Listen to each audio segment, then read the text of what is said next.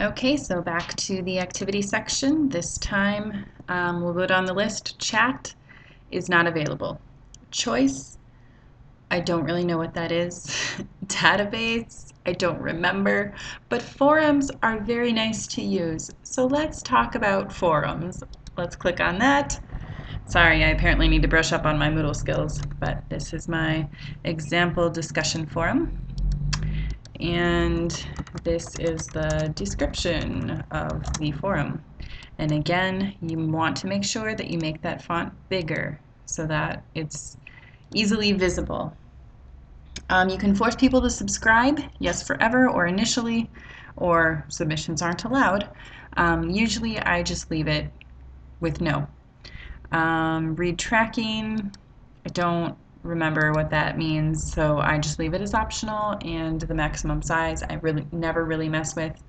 The ratings, you can rate the students' discussion posts, and I think the students can rate them as well. So I haven't really used them just for fear that, you know, someone might be discouraged or whatnot. But if we were to do the average of ratings, then you have a bunch of different things to choose from. You could do no grade, you could do a numerical grade. Count of ratings, I think is the same. Yeah, I think all of that is basically the same. You could do a date range, and I think you can only do that when you are grading. Yeah, so if you want to restrict the time that it is available for grading, you can do that.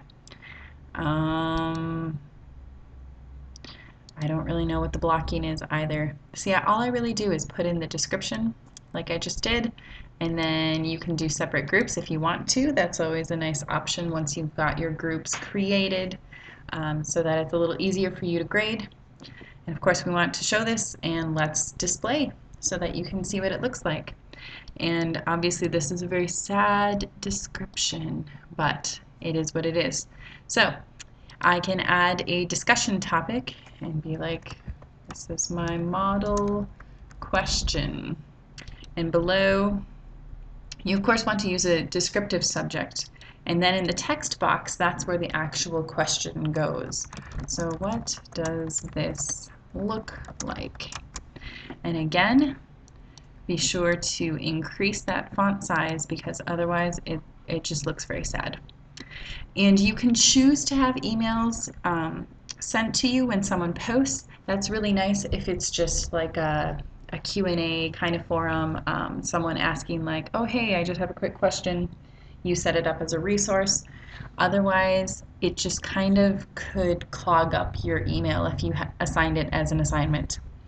There's a spot to add an attachment if you want to, and let's just post to the forum so you can see it. It'll always give you that message and eventually kick you into where your discussion topic is. And you can see who started it, and of course there I am with my lovely yearbook myself picture. No one has replied, and you can see the timestamp over here. So let's click on the model question. What does this look like? Let's hit reply, and again you can change the subject line or just leave it as is and say this is really cool. Oops. And let's leave it at 8-point font just so you can see how small that is. And again, the waiting to continue, and there. See, it's not terrible, but it's better to have it a little bigger. It just makes things easier. You can also play with the way that this is nested. I usually just leave it in the nested form. You could do it in a threaded form, newest to oldest, but that's not really going to help you to see that from here. Let's update this forum. I think I forgot to show you one thing. Yes, the forum type. I usually just leave the standard forum for general use, but you could do a single simple discussion, and I think that only allows you to put one question. Each person posts one discussion. Q&A, which is not actually as cool as it sounds. It just kind of looks like a standard forum to me. So I guess that's part of the reason why I only use the standard forum. So let's just well, save and display, because I wanted to show you one of the forums I did my first year at CAT. So let's scroll down. I think it was mouse. Let me find it. Aha, here it is, of course. So here you can see I actually have some more descriptive directions. I have the title of exactly what this is about, directions. Choose one question per chapter to respond to. Responses should be first written in Microsoft Word to edit for grammatical errors and then pasted into the forum. Because if I don't ask students to do that, then I get kind of crappy writing. Responses should be no less than 7 sentences long, and just like in our fishbowl discussions, you are asked to be respectful and kind to others. So you can see here that I actually started all of the discussion questions. And the bad part about this is that whoever posted last, you can see here Alfredo. Oh, gotta love Alfredo. He was always very late doing his homework. He posted at 6:44 p.m. and then at 7:10. So the latest post is the one that shows up first. So let's just click on chapter 6, this question here. And you can see I made mine much larger, which is nice to kind of offset exactly what the students look like as well. And here you can see what students said. And that's really nice for them to see each other's answers, and they could reply and things of that nature. I can always edit. I don't think the students can always edit their responses. I think when you hit like show parent, it'll just take me back up. Yeah. So that's kind of nice. And if I wanted to delete someone's work, I can click delete, but I don't think they have the capability to do that. So let's see what these look like. So right now it's in nested form. Threaded form. That's what that looks like. So if I wanted to just look student by student, man, that's kind of overwhelming. Flat with newest first.